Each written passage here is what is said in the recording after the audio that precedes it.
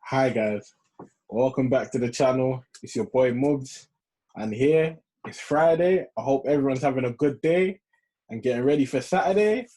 Boy, oh boy, have I got a surprise for you.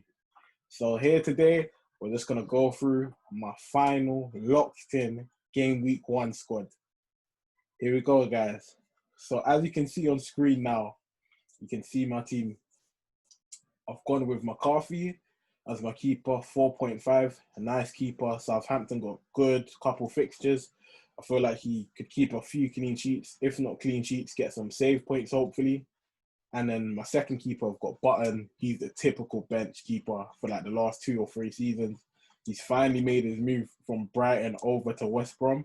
So hopefully, I know Johnston isn't really going to get displaced, but hopefully, you never know, Button may get a run in there, and that's a 4 million keeper to rotate with game week after game week, whoever has a good fixture or bad fixture. But I really heard that Johnston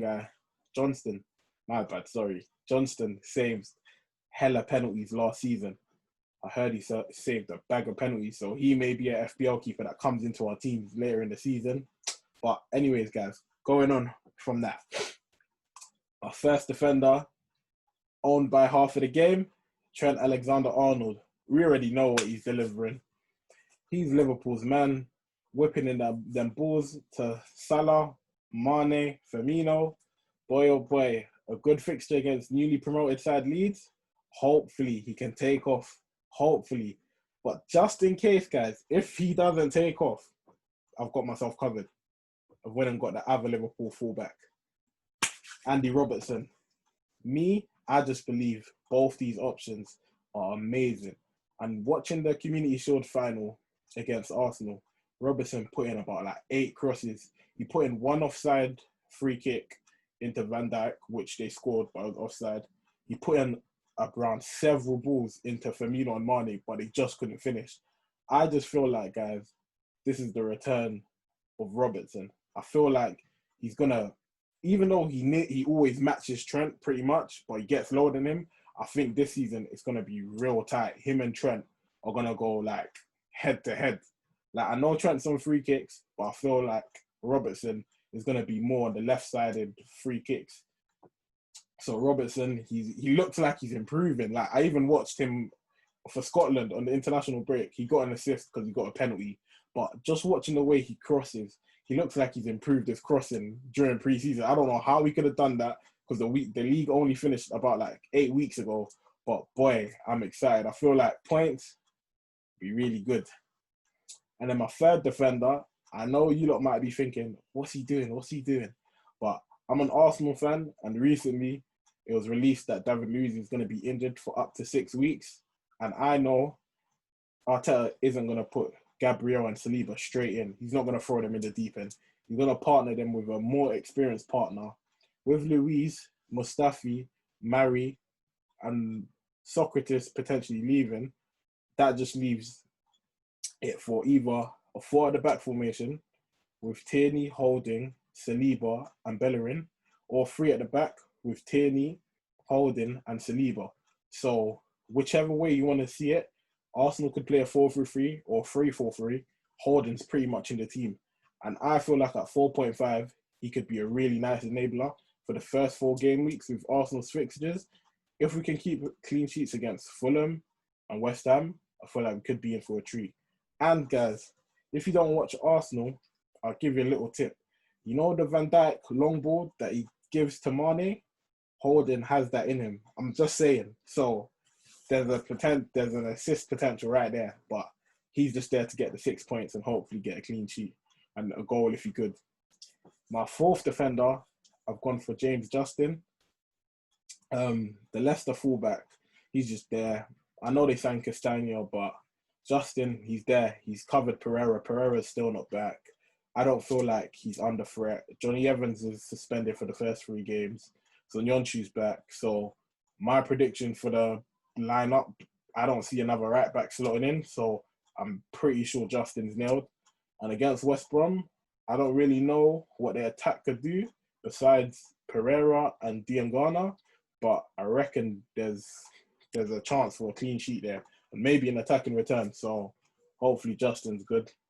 And then my fifth defender, everyone's gone for the 4 million defender, Tariq Mitchell.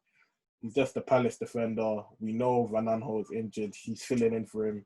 He's played all of Palace's pre-season games. Hopefully he could get some returns. Don't know. But he's just there, 4 million. He's going to be on my bench anyways. And going on to the first midfielder, Mo Salah. I know he hasn't been looking really great since restart plus pre-season. But, you know, since Salah joined the Premier League, he scored on every first game of the season. So I'm just having him there. Hopefully he could turn up. If he doesn't, well, I'm gonna seriously consider about taking him out. My second midfielder, I'm going for Aubameyang. Aubameyang is just the man. I just feel like he's the one that's gonna deliver the goods in the first game week. Hence why he's my captain. Last time against Fulham, his record against Fulham is 3 goal contributions in 2 games.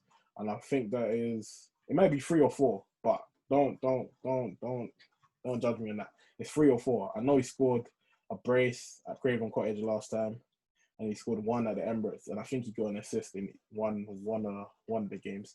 So, and Aubameyang's been on a hot form. I don't know if you guys saw on Twitter the little behind closed door games that Arsenal lost 3-2 to Aston Villa. Aubameyang scored a similar goal to what he scored in the Community Shield final against Liverpool. It seems like he's getting the long range shooting underneath his belt, so he could be more of a potential FPL threat. Guys, I know we're all planning to transfer Aubameyang out in game week 3 for De Bruyne or Sterling, etc. But I have a feeling, and comment down in this video in 3 weeks or 4 weeks if Aubameyang stays in our teams. I have a feeling if we take him out against Liverpool, he's going to punish us and he's going to score. So for that reasoning, I've got Aubameyang captain. My third midfielder is St. Maximin. I feel like we saw glimpses of him post restart. We saw what he can do, but now he has teammates who can actually attack and may finish his chances. So Newcastle have added Wilson and Fraser. Hopefully that helps him. So it's going to be a St. Maximin, Almiron, Fraser, and Wilson attack. Hopefully it produces some type of goals, and Maximin is able to get assists and some goals. So yeah, and he has a really nice fixture against West Ham. I don't know if you guys also saw the clip of West Ham in pre-season, and they looked shocking defensively. So I'm hoping for Newcastle to expose and obliterate West Ham, and we get them points. My fourth midfielder, I've gone for Heung-min Son. He's just a trustworthy FPL player. And during pre-season, he scored in pretty much every game besides one. He's just been looking phenomenal. I know Kane's been away, so Son's been in strike. And I know everyone says when Kane comes back, Son's going to be pushed wide. I don't really care if Son's pushed wide. Son always makes his way centrally somehow. And even when he's on the wing, he can assist and he can score. He's just a constant threat. And a nice game starting against Everton, who have bolstered their defence and their midfield. It could prove tough, but I'm with Son in the long run. And if anything, if I don't feel like he could provide what I need, we'll transfer him out down the line for like a Bruno Fernandes or someone along those lines. And then my fifth midfielder, just another enabler, 4.5, Bissouma, plays for Brighton. He's pretty much nailed in each game. I'm not really too fussed about his points for this week or any week pretty much. He's just there on the bench until I sort something out. And then going on to my first attacker, the big hitter, big boy, Timo Verna, who everyone has in their teams for game week 1. He's about like 46% owned, probably even more now. I know he's a clinical finisher. 28 goals in the Bundesliga season last season. I just feel he's due to translate some of that into the Premier League. And a game against Brighton, I'm going off what I saw in pre-season. I know he scored against Brighton already in pre-season, but post-restart, Brighton were getting slapped all over the shop by Manchester United, Man City, etc., and Liverpool. So I'm hoping for Chelsea to be fit and ready. I know we've all heard that Pulisic is back in training. if he's on the pitch, boy, it may be a field day for Chelsea. And Verna, I just feel like he's going to score their goals. With Giroud being linked with a move away to Juventus, it just makes it even clearer that Timo Verna is going to be the main striker. So, yeah, Verna's there. And then my second striker, this is my kind of punty striker. I've gone with Che Adams. Che Adams is the guy I believe is going to be the best value for money in that 6 million bracket this season. Southampton's fixtures are good. Hasenhuttl plays good football. He's able to replace anyone pretty much on that field when there's an injury.